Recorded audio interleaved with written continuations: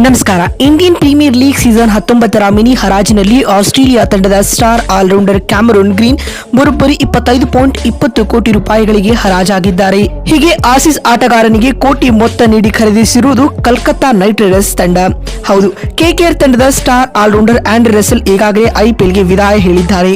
ಅವರ ಬದಲಿಯಾಗಿ ಗ್ರೀನ್ ರವರನ್ನ ಖರೀದಿಸಲು ಕಲ್ಕತ್ತಾ ನೈಟ್ ರೈಡರ್ಸ್ ಫ್ರಾಂಚೈಸಿಯು ಪ್ಲಾನ್ ರೂಪಿಸಿತ್ತು. ಆದರೆ ಅತ್ತ ಕೆಕೆಆರ್ ಫ್ರಾಂಚೈಸಿಗೆ ಸಿಎಸ್ಕೆ ಕಡೆಯಿಂದ ಭರ್ಜರಿ ಪೈಪೋಟಿ ಎದುರಾಗಿತ್ತು. ಇದ್ಯಾಗೂ ಅಂತಿಮವಾಗಿ ಬರೋಬ್ಬರಿ 25.20 ಕೋಟಿ ರೂಪಾಯಿಗಳನ್ನು ನೀಡುವ ಮೂಲಕ ಕಲ್ಕತ್ತಾ ನೈಟ್ ರೈಡರ್ಸ್ ಫ್ರಾಂಚೈಸಿಯು ಕ್ಯಾಮರೂನ್ ಗ್ರೀನ್ ರವರನ್ನ ತನ್ನ ತೆಕ್ಕೆಗೆ ಹಾಕಿಕೊಳ್ಳುವಲ್ಲಿ ಯಶಸ್ವಿಯಾಗಿದೆ. ಅದರಂತೆ ಗ್ರೀನ್ ಮುಂಬರುವ ಐಪಿಎಲ್ನಲ್ಲಿ ಕೆಕೆಆರ್ ತಂಡದ ಪರ ಕಣಕ್ಕಿಳಿಯಲಿದ್ದಾರೆ ಸ್ನೇಹಿತರೆ.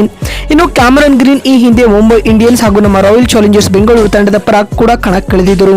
2023ರ ಐಪಿಎಲ್ನಲ್ಲಿ ಮುಂಬೈ ತಂಡಕ್ಕೆ ಸೇರಿಕೊಂಡಿದ್ದ ಗ್ರೀನ್ 2024ರ ಐಪಿಎಲ್ನಲ್ಲಿ ಆರ್ಸಿಬಿ ತಂಡದ ಪರ ಕಣಕ್ಕಿಳಿದಿದ್ದರು. ಇದೀಗ ಮೂರನೇ ತಂಡವಾಗಿ ಕೆಕೆಆರ್ ತಂಡದ ಪರ ಹೊಸ ಇನ್ನಿಂಗ್ಸ್ ಆರಂಭಿಸಲು ಗ್ರೀನ್ ಸಜ್ಜಾಗಿದ್ದಾರೆ. ಆದ್ಯಾಗೂ ಗ್ರೀನ್ ರವರಿಗೆ ಬರೋಬ್ಬರಿ 25.20 ಕೋಟಿಗಳನ್ನು ನೀಡಲಾಗಿದ್ದರೂ ಕೂಡ ಅವರು ಕೇವಲ 18 ಕೋಟಿಗಳನ್ನು ಮಾತ್ರ ನಗದು ಮೊತ್ತದಲ್ಲಿ ಸ್ವೀಕಾರ ಮಾಡಲಿದ್ದಾರೆ. ಉಳಿದ ಮೊತ್ತವನ್ನ ಬಿಸಿಸಿಐನ ವೆಲ್ಫೇರ್ ಫಂಡ್ಗೆ ಹೋಗುತ್ತದೆ ಸ್ನೇಹಿತರೆ.